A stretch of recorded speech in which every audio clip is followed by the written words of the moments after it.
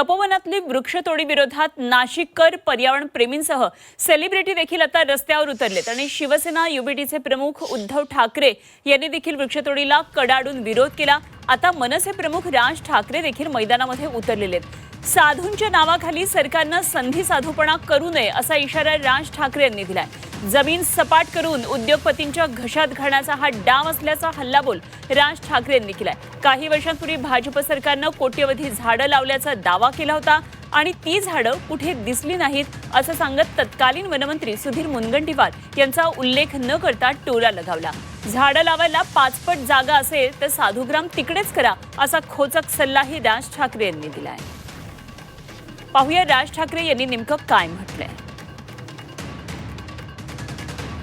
आगामी कुंभमेळ्यासाठी सरकारनं 1800 झाडं तोडण्याचा निर्णय घेतलाय। नाशिकमध्ये कुंभमेळा हा काही पहिल्यांदा होत नाहीये।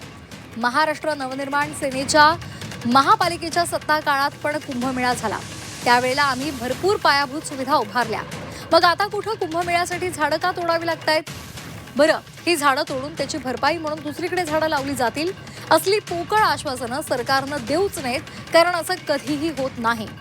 सरकारनं साधूंच्या नावाखाली उद्योगपतींच्या घशात काहीतरी टाकण्याचा संधी साधूपणा करू नये आणि काही कोटी झाडं लावल्याची घोषणा भाजप सरकारनं काही वर्षांपूर्वी केलेली होती, जी झाडं कुठे दिसलेली नाहीयेत। असो, आज कुंभमेळ्याचं कारण दाखवून झाडं तोडायची, साधूंच्या नावानं ती जमीन सपाट करून घ्यायची आणि मग नंतर पुढे ती आपल्या लाडक्या उद्योगपतीला दान करून टाकायची।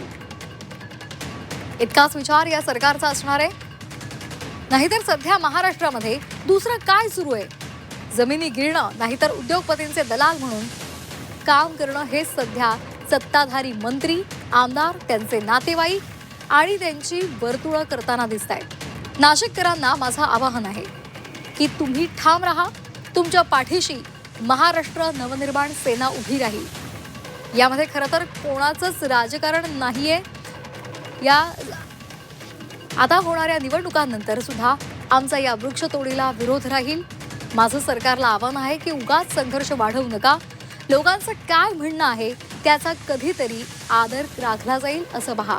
तरी पण सरकारनं संघर्षाची भूमिका घेतली तर जनतेच्या बरोबर या लढ्यात महाराष्ट्र नवनिर्माण सेना आहे आणि असेलच। मला कळत नाही शासनाचं डोकं नक्की ठिकाणावर आहे का नाहीये।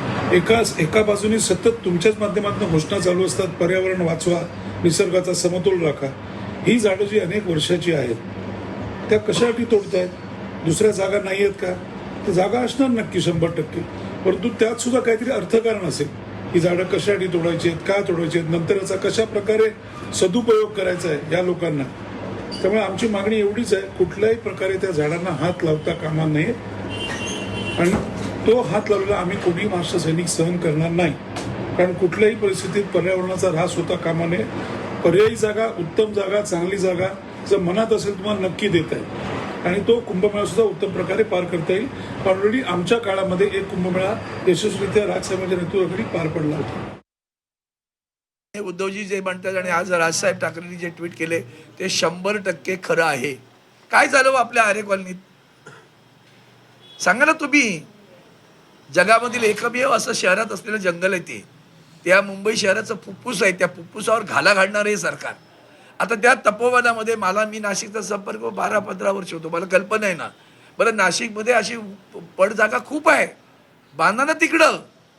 तपोवनात ती झाडं का तोडताय तुम्ही? आदरणीय उद्धवजींनी काल त्याला आव्हान दिलेलंच आहे आणि प्रसंग आला तर आम्ही सगळेजण रस्त्यावर यासाठी उतरू हे स्पष्टपणे या ठिकाणी सांगतो। 100% आम्ही उतरूच, कारण आता ह्याचा भयानक सुरू आहे। मायनिंगसाठी जे काही सुरू आहे आता, लाखो झाडं तोडण्याच्या परवानगी दिल्या जात आहेत आणि मायनिंग कोणाची सांगण्याची गरज नाहीये। मग मला सांगा ना, तुम्ही काय पर्यावरणाचा ऱ्हास करताय की पर्यावरण वाढवताय? पर्यावरण पूरकच आम्ही सगळे प्रकल्प करत असतो आणि ते अनेक प्रकल्पांमधून आपण पाहिलेलं आहे। त्यामुळे पर्यावरणाचा समतोल राखणं हे शासनाची भूमिका आहे।